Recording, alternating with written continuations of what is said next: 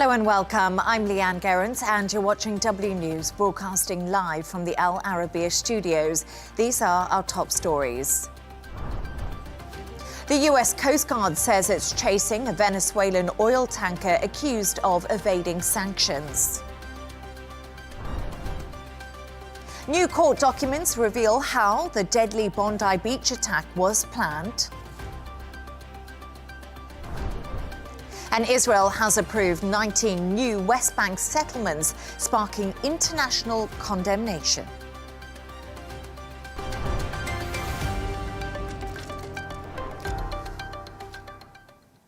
The US Coast Guard says it's pursuing a sanctioned oil tanker in international waters near Venezuela.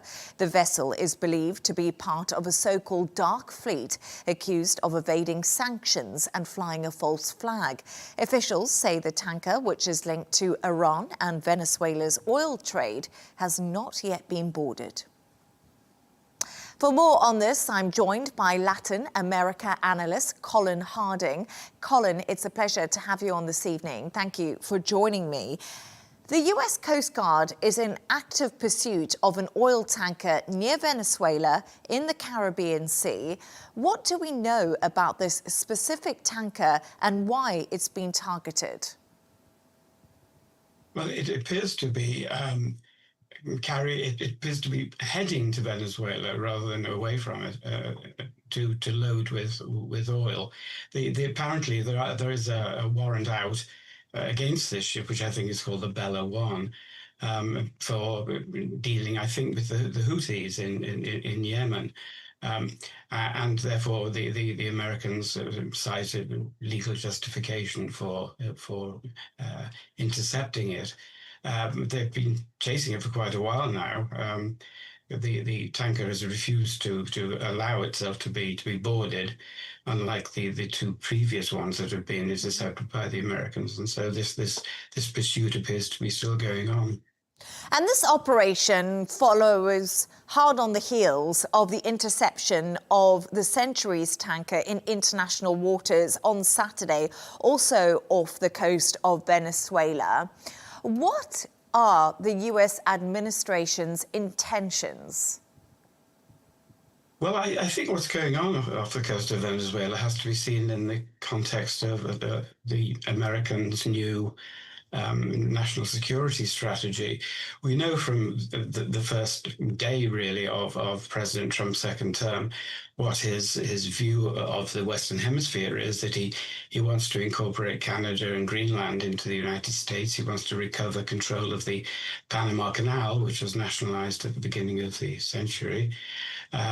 And in terms of South America or Latin America, he wishes to reassert the traditional dominance of the United States, which was first expressed in the Monroe Doctrine in the 1820s, and had been rather allowed to lapse in recent times. But the Trump administration very much wants to assert its control of what it regards as its neighborhood, or its backyard, as it used to be known. And in the case of Venezuela, I think the main offense of Venezuela is not that it's a source of drugs or that it's stolen American oil, although those arguments are being used, but that it's hostile to the United States. It's an ally of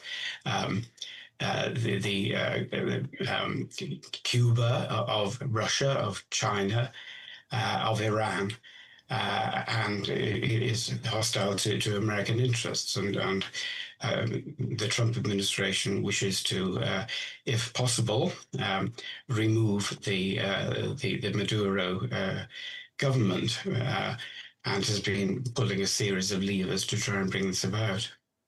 And most of Venezuela's oil is sold to China. China's Foreign Minister Wang Yi is accusing the US of bullying Venezuela. What does the rest of the world, like Russia, China and Latin America, actually think of the latest US moves? Well, as you say, China has accused the Trump administration of bullying Venezuela and has expressed solidarity with the Maduro government. Russia, similarly, President Putin has made a phone call recently to President Maduro to express solidarity.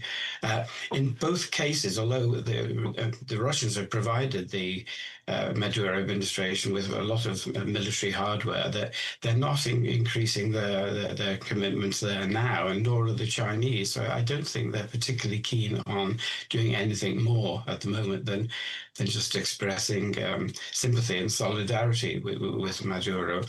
As for the rest of Latin America, both the presidents of Brazil and Mexico, two of the most important countries, have said that any kind of military intervention by the Americans would be a humanitarian disaster, that there should be a peaceful resolution of the differences between the countries. It's worth pointing out that Maduro is not popular in the rest of Latin America any more than he is inside Venezuela. But any kind of a direct American intervention would be regarded with alarm by the rest of Latin America. It's really interesting because you mentioned Russia earlier, and just before I did come on air, I did see some breaking news lines that Russia's foreign ministry says Lavrov and Venezuelan foreign minister expressed serious concern over escalating actions by Washington in the Caribbean Sea in a phone conversation. And Venezuela says Russia pledged full support against a US blockade. So just an update there from Russia. But Colin, what are Maduro's options right now? Can he count on that popular support that he possibly still has in Venezuela?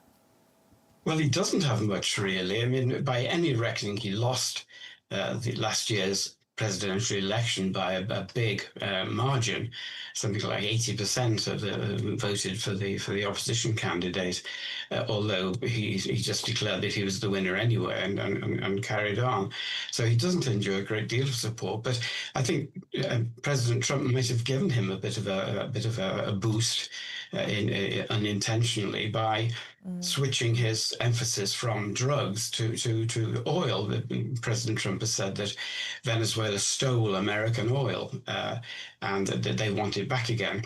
Now, this is apparently a reference to the changes in joint venture contracts, which the previous Venezuelan government of President Hugo Chavez decreed in the early years of this century, which involved foreign oil companies relinquishing some of their holdings. And there's now the Americans are saying that some of their companies didn't agree to this, but notably ExxonMobil and ConocoPhillips, and there have been various international awards of compensation to them, which the Venezuelans have refused to pay. And I think this is the reference Trump is making. But as far as Venezuelans are concerned, saying that we want the oil is giving them an argument. The Venezuelan government has said all along that what the Americans really want, they're not interested in drugs and so on. What they really want is to grab Venezuela's natural riches, natural resources, notably oil, which is the main basis of the Venezuelan economy. So this is actually giving Trump a rather more support, or offering him an argument which he didn't otherwise have. Colin Harding, thank you so much for joining me this evening.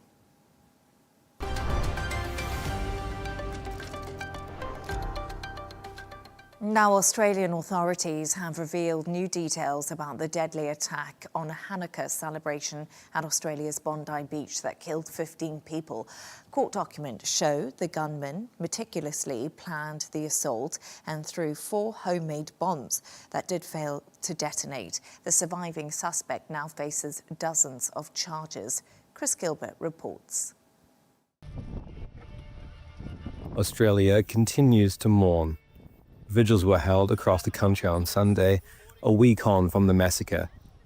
Australia's Prime Minister has received online attacks for flaring anti-Semitism. On Monday, he apologised to the country. Emotions were raw, and a lot of people in the community are hurting and angry. And some of that anger was directed towards me, and I understand that. As Prime Minister, I feel the weight of responsibility for an atrocity that happened whilst I'm Prime Minister. And I'm sorry for what the Jewish community and our nation as a whole has experienced. Newly released documents show 24-year-old Raghida Dergham and his father Sajid spent months preparing for the assault, including firearms training with shotguns. On the day of the massacre, cameras recorded them leaving rented accommodation in Sydney, carrying long items wrapped in blankets. These were 3 firearms, homemade explosives, and Islamic State flags. The Premier of New South Wales is responding by introducing new curbs on firearms, terror symbols, and protests.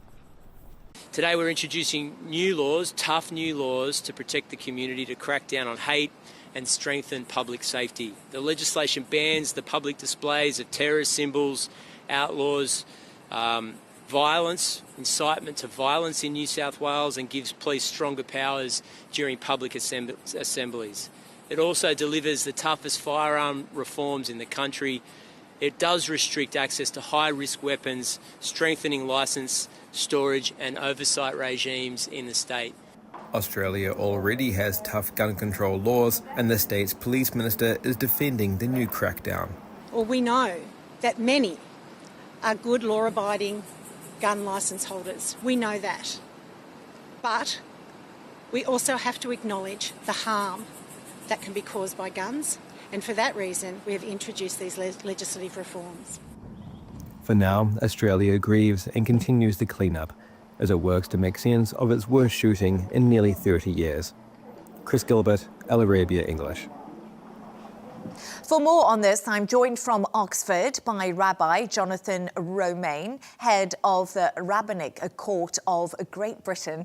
Thank you so much for joining me again, Rabbi. It's great to have you on the show. Let's focus a little bit on these court documents that have been released, and they show the attackers, as our reporter was explaining, meticulously planning this assault. How has the Jewish community in Bondi Beach and around the world been grappling with the reality of such deliberate violence? Well, yes, because the training and the firearms practice is actually very disturbing. Because, you know, to be honest with you, if it had just been a moment of madness, well, that would have been terrible, but, you know, one-off things, bad things happen. But in this case, it was premeditated, it was organised, and it sort of begs the question of, you know, was it helped by external forces? How were they recruited? Was it just totally self-motivated, or were they in touch with others, either inside the country or outside the country? And if that is the case, in either case really, can it therefore happen again? So it's much worse really, now that we know there was such meticulous preparation behind it all. And Australia's obviously building a case to see what happened and how this deadly attack came about. But Rabbi, how does this new information affect our understanding of what actually happened? Well, you're right to ask that question because, you know, in some ways, if you think about it, it's extraordinary. Not just that that 2 people murder other civilians, and of course it was a totally random killing because, you know, from where they were, they couldn't see who they were killing exactly. They could have been killing, you know, anybody indiscriminately, whether they were Jewish or not Jewish. So it was a random murder, which is appalling. But in a sense, we need to wheel in not just the police, but also the psychologists. And try and understand the mentality behind the gunmen, because these were ordinary, reasonably educated people. How can reasonably ordinary, educated people do this? And of course, it's not just an Australian problem. You may remember we had the 7/7 bombings here in London, and for people who were very integrated, educated. In fact, one of them was a teacher, and had been through university and teachers training college, and you'd have thought would be sort of sensible and grounded in reality, grounded in humanity and common civilization, and yet went on to this murderous spree. So we need to sort of understand the mentality behind those sort of people, what appeals to them, and whether that sort of evil appeal, if you like, from ISIS or wherever it came from, is of particular interest to certain types of people. And what made them really, it's okay to have a cause, whether it's Free Palestine or whatever your cause is, but what made them avoid the political routes, the normal routes that most sensible people would use, whether it's protests or demonstrations or petitions or whatever it is, but made them go into this rampage. And particularly, of course, because they would know that other ISIS or other terrorist attacks haven't achieved anything. They achieved murder and mayhem and destroyed families, but in terms of furthering their cause, whatever cause it may be, it hasn't succeeded. So in a sense, it was not only a horrible, evil event, it was a totally futile event and didn't help them. And yet, these people prepared and went ahead and did it. So it's, as I say, not just a security issue, but a psychological one. And we need to do that to protect innocent civilians in the future and also protect society as a whole.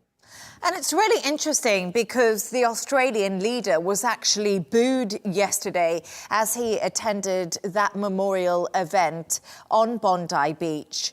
He is coming under some fierce criticism over in Australia from critics who say his centre-left government has not done enough to curb a surge in anti-Semitism in Australia since the start of the Gaza war.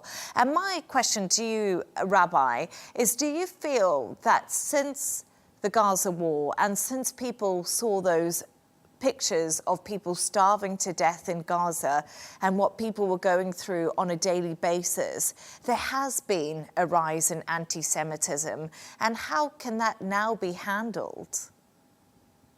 Yes, there's no doubt that, anti-Semitism has increased worldwide, and it's particularly because of what happened in Gaza after the Hamas attack on Israel and then Israel's response. And if you go back to previous flare-ups in the Middle East, there's always been a knock-on effect, perhaps more in Europe than in Australia, and I think that's what shocked Australians. But I think there were two particular problems with Bondi. One is it didn't come out of the blue. As you intimated, for the last 2 years, there had been attacks on Jews, on Jewish institutions, and a lot of sort of violent behaviour, and I think some places of Jewish interest were attacked or burnt down. And there was a lot of open anti-Semitism expressed, and I think Australians, and Jewish Australians in particular, felt that the authorities didn't clamp down hard enough. And then there was a particular issue of Bondi because there were no police actually there at the time. It took 10 minutes for the police to arrive. Now, if there had been at least 1 or 2 police cars just monitoring the event, which would have been quite sensible given the 2-year problems behind it, and given the fact that this was a high-profile, very public event, all those sort of things which happen in Europe or in England, there would be some kind of police presence. Why was there not in Bondi?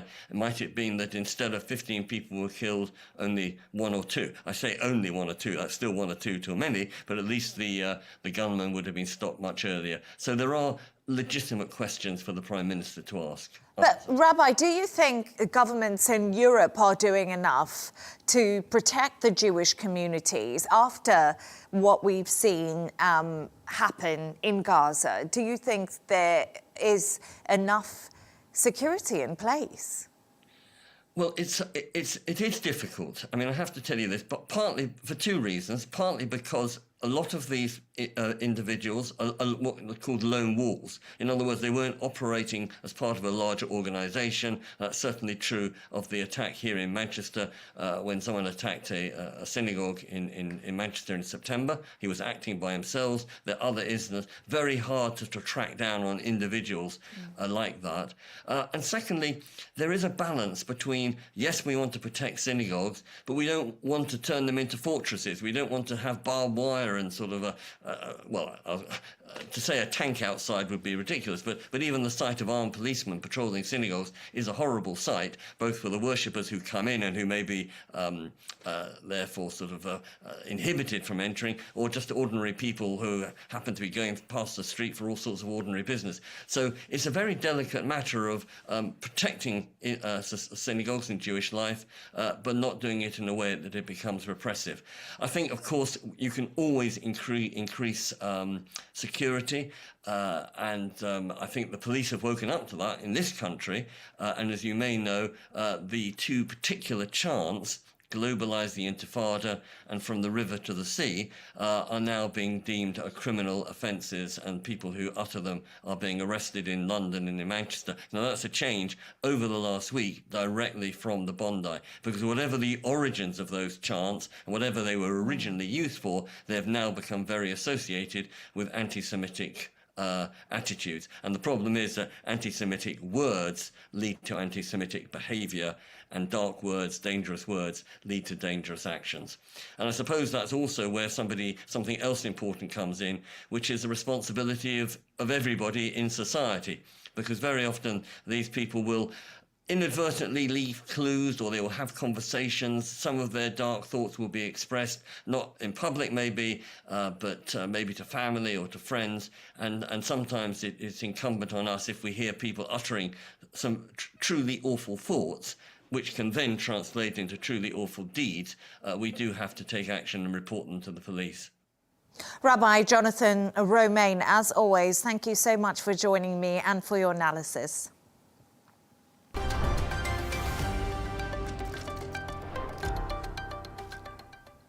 Let's take a look at some of the other stories making the headlines today. Over 250 children abducted from a boarding school in Nigeria last month are now free. The Nigerian government confirmed that the last 130 children and teachers have been released. It is not clear who is behind these kidnappings, but experts believe they are for ransom. Meanwhile, in South Africa, a manhunt is underway after a shooting left 9 people dead. 7 men and 2 women were killed when about a dozen gunmen opened fire at patrons in a tavern near Johannesburg. The attackers apparently fired at random before fleeing the scene. Japan plans to restart the world's biggest nuclear power plant in just a month. Authorities approved the move for the facility, which has been dormant for more than a decade following the Fukushima disaster. So far, Japan has brought 14 of its 33 operable reactors back online since the 2011 closures. And finally, Waymo, the popular driverless ride-hailing service, came to a halt in San Francisco following a massive power outage. The autonomous cars stopped across the city, blocking regular traffic, and the service was also temporarily suspended.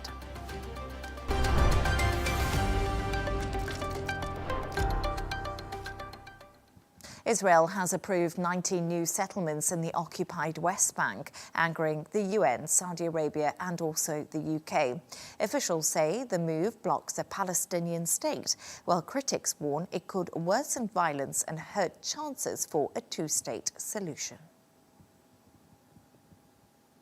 For more on this, I'm joined by Raghida Dergham, advisor on US and international affairs. Raghida, thank you so much for joining me this evening. First of all, is Israel moving a step closer to annexing the West Bank after the country approved 19 new settlements in occupied regions? But that is exactly what's on the mind of the Israeli government and many of its supporters, to annex the West Bank. Now, President Donald Trump said that's not going to happen. But unless President Trump takes action to stop these settlers and settlements from expanding, then what both the ministers of defense and finance in Israel said, that this move is about blocking the establishment of a Palestinian state, that would be a success story for them and a failure for exactly what Mr. Trump and other supporters of a Palestinian state as a solution will be facing. So either act up and stop them from aborting the possibility of a Palestinian state, like Smotrich and Katz want, these two ministers, or just stop claiming that you are providing that you are going to stop the annexation of the West Bank. Action, not words. And this is really interesting because you talk about action, not words. And could we see retaliation from President Donald Trump to this latest move and other countries who have condemned this and recognized a Palestinian state? Look, my dear colleague, lip service is one thing and action on the ground is another. The Europeans have done a great job supporting the establishment of a Palestinian state, the two-state solution. And they and many countries in the world have decided that there is no peace and no path to peace unless there is two-state solution. And everybody heard what the Saudis said, that no, we're not going to have normalization unless this two-state solution is real. So if that is the reality, then do something tangible in the face of the Israeli settlement policy. It's exactly with the defense minister and the minister of finance. So finance, why do I go to finance? Because Israel must really learn the language of that its deeds need to be met with sanctions. So the Europeans, the Americans, the rest of the world must make sure that sanctions are the language that Israel understands in terms of the issue of settlers and settlements, and that the annexation of the West Bank is really a nail in the coffin of anything called the new Middle East or a peace process or a Palestinian state alongside Israel. And let's talk about Saudi Arabia. They condemned the attack and has made it clear before that normalization does, of course, depend on a two-state solution. Why is Israel pushing ahead with new settlements now, even at the risk of derailing these talks? Because they're being tricky. Because there is an Israeli doctrine, the far right, the religious pact of the Israeli religious right, believes that Jordan is the alternative Palestinian state and that the annexation of the West Bank and, that taking over Gaza is part of the biblical promise to them, Samaria and Judea. So that is what they're on to. They're not pretending otherwise. So they need to be stopped. Either Mr. Trump realizes that there is no Abrahamic Accords, because the bonanza in the Abrahamic Accords is Saudi Arabia. Mm-hmm. Saudi Arabia is not bluffing. Saudi Arabia made it very clear that there will not be any normalization unless there is a serious path to a Palestinian state. That is not going to happen as long as there are settlements and settlers. The 19 settlements, the new ones approved by the government, by the cabinet, is really a slap in the face to the notion that, we can just do what we want and then we can get away with it. And also, don't forget, there is 700,000 settlers. So think of that. 700,000.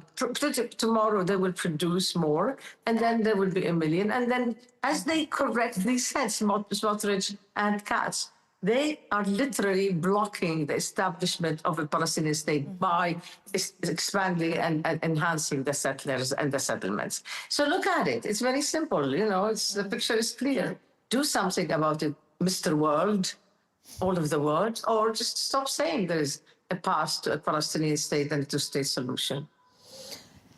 And where does this leave President Donald Trump's Israel-Gaza ceasefire deal that he worked so hard on brokering and hailed it as something incredible to all the fanfare? Well, he will continue. He is intent on making the deal success story because he wants the deal for Gaza to be transformed or to be met later, pretty soon, immediately into the deal for the Middle East altogether. So, yeah, he's going to continue with the focus on Gaza. He might not want to be distracted but might somebody tell him that it's just simply a 19 settlements issue, don't bother. He might not be Mr. Trump is not really much into details. He likes the vision. He likes the big story. Here's my story and do it. Here's my vision and implement it. But the devil is in the details. This is not a small story. The 19 settlements, not settlers, that's it, 19 settlements approved by the cabinet is a very dangerous story. So I think Mr. Trump should pressure Mr. Netanyahu when he sees him in Washington pretty soon and says, just don't play around like that.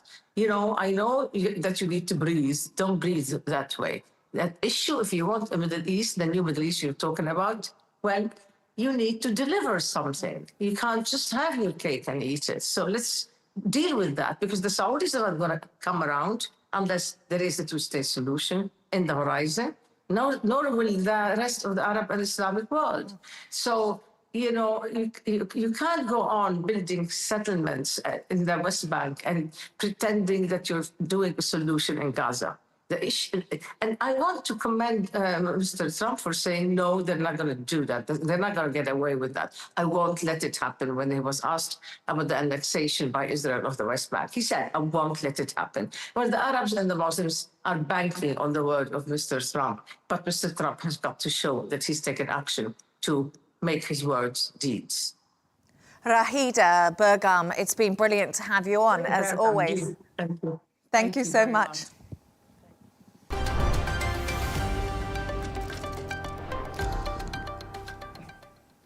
A Russian general has been killed in a car bombing in Moscow, officials say, as investigators probe whether Ukrainian intelligence was involved. The death of Lieutenant General Farnil Savadrov comes amid ongoing US and Ukraine-led diplomatic talks in Miami aimed at ending the war with Russia, though no major breakthrough has been reported. Tensions do remain high as Ukrainian drones continue to strike Russian targets in the south. For more on this, I'm joined from Kyiv by John Kavulich, Senior Editor for Outcome Modelling Analysis at Issue Insight. John, thank you so much for joining me. I just want to begin with the Russian Major General being killed in a car blast in Moscow. It appears to be part of a pattern of Putin's top brass who have died in similar ways. So does this come as any surprise? Not really surprised, but the bigger story, if there can be, when someone dies, and I apologize, the electricity just went out here, but the generator there we go, generator will kick on. Can you still hear me? I can still hear you, John, loud and clear. Okay, thank you. The important element here is that Ukraine has, they've taken credit for some, but not others. But the three generals that have been killed were lieutenant generals and one major general. What's important there is that the Ukrainians aren't going after full generals. And primarily that's because when you're a full general, you're at the top. You're no longer really the CEO. You're more like the chairman because you've been there 30 or 40 years, and oftentimes it's the final promotion before you retire. By going after the second layer, that can hurt the Ministry of Defense, because these are the people who have been in their jobs for 10 or 15 or 20 years. They're the ones that they're the mechanics. They're the operations people. And so the Ukrainians are really smart, not going after the ceremonial tapestry that would come with killing a full general, a big ceremony and the big funerals and all that stuff, but going after the people that can really make a difference. And how much of a blow will this be to Moscow, as it appears Ukraine is using psychological warfare here, John? It's not going to be all that impactful. It's demonstrative. Optically, it's appealing certainly to citizens of Ukraine, and it is fearful, or it creates fear in terms of citizens of Moscow, because car bombs, by their definition, are ugly and somewhat uncontrollable, because you may be watching and you may be detonating the bomb from a visual distance, but Still, you never know. Can a child walk in front of the car or run to the side of a car as it blows up, or a woman's pregnant? There's just all these sort of things that could go wrong. But the Ukrainians, we've talked about this, they're still suffering from that elasticity theory break. And that is, President Putin is willing to do what he wants to do to get what he wants. And by that, I mean, he's willing to kill civilians, men, women, children, attack schools and train stations and hospitals. President Zelenskyy can't do that in response. So President Zelenskyy, as much as he wants to, his own people aren't going to let him be like Russians. The countries that are supporting Ukraine aren't going to let him do that. So he has to do what he's been doing, which is you attack air bases, you attack oil refineries, you attack tankers, you attack military personnel. But that really doesn't instill a lot of fear into people in Russia, because the people of Russia know that he basically can't do to them what they are doing to him. And John, I just want to turn our focus to, over the weekend, numerous talks have been taking place in Miami. There have been delegations from Ukraine, Russia and the US all holding talks. Has there been any kind of breakthrough at all? No breakthroughs. And, optics are important with these types of meetings. And what's interesting with Mr. Dmitriev, who's the head of the Sovereign Wealth Fund in Russia, educated in like Harvard or Stanford, and he's well known in circles, even in Kiev. He's well known to Kiev bankers in their previous lives in the United States. You noticed when he walked in to that country club in Miami, which is co-owned by Mr. Witkoff, President Trump's special envoy to the Middle East and to Russia. Dmitriev is a business guy, but he was carrying no papers, not a briefcase, not a folder, nothing. He was dressed in a blazer with a T-shirt, and around him there weren't people carrying lots of stuff. That is somewhat telling, because if you're going in prepared with proposals, counter proposals, prepared to argue, prepared to say, well, okay, you're showing me this. Well, let me show you this. This is a guy that's going to a country club, and he's acting like he's going to a country club. So not expecting, nor did we get any kind of miraculous breakthrough, because these were a bunch of folks sitting around, having club sandwiches.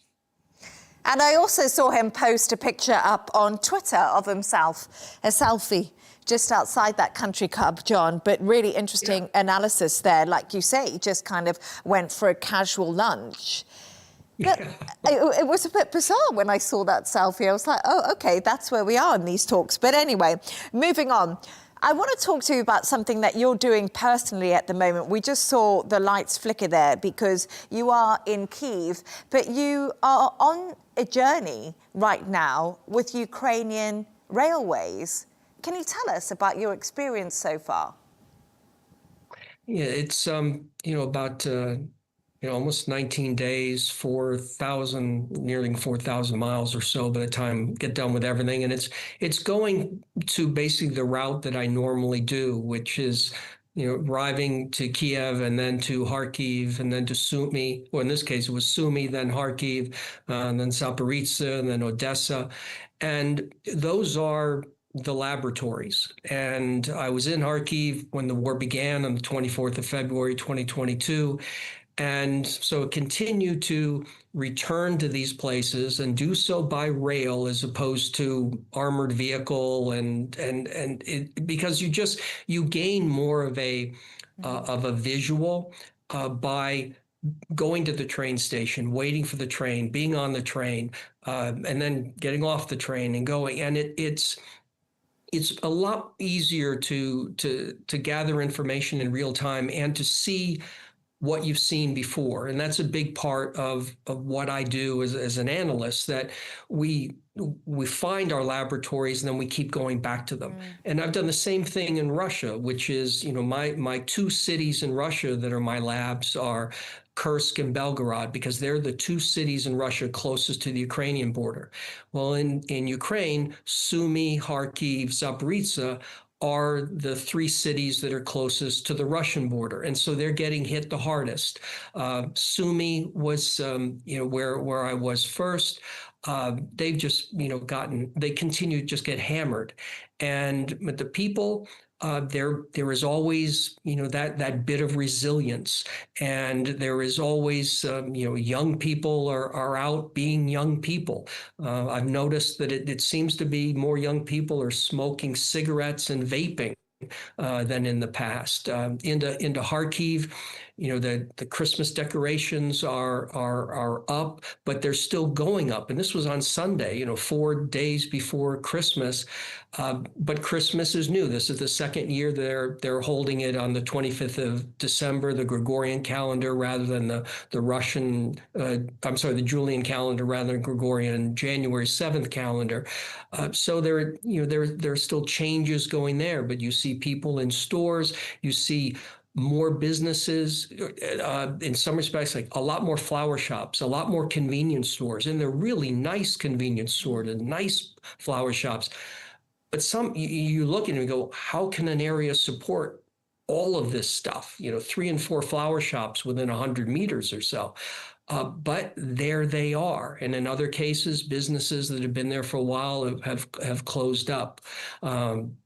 So it's it's a challenge, because you're going to these places and the Russians are hitting them every day and all night long, and the air raid sirens go out or go off. You head down to the bomb shelters, but sometimes, I'll admit to being irresponsible, because you get used to it.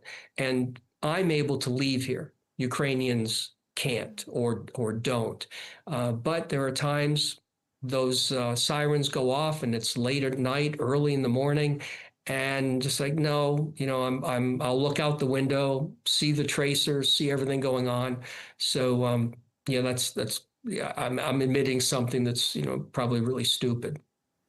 John Kavulich, thank you so much for speaking to me, and please do take care of yourself while you're on that journey. I know it is easy to come complacent, as you say, but thank you.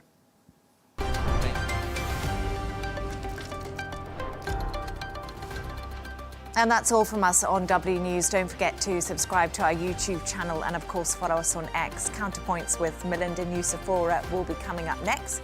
Plus, we'll be back in a couple of hours' time with W News Extra. Goodbye and good night.